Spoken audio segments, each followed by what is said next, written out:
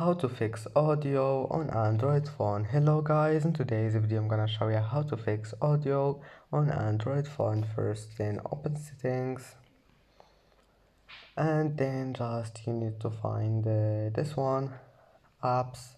Click on it, and then click apps again, and here you will find your applications. Now just click these points here in the top corner, and then click reset app preferences, and then click reset again, and then just go back, and here we'll find your storage. Click on it, and then click clean up.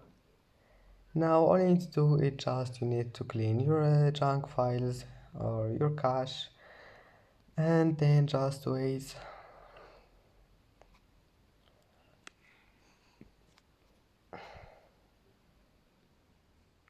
And then just click on it, and here we'll find the cache junk. Then just click delete,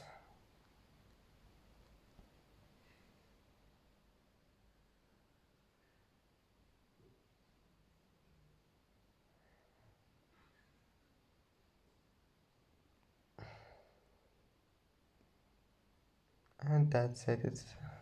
And that's how to fix audio on Android phone, and that's it for today's video.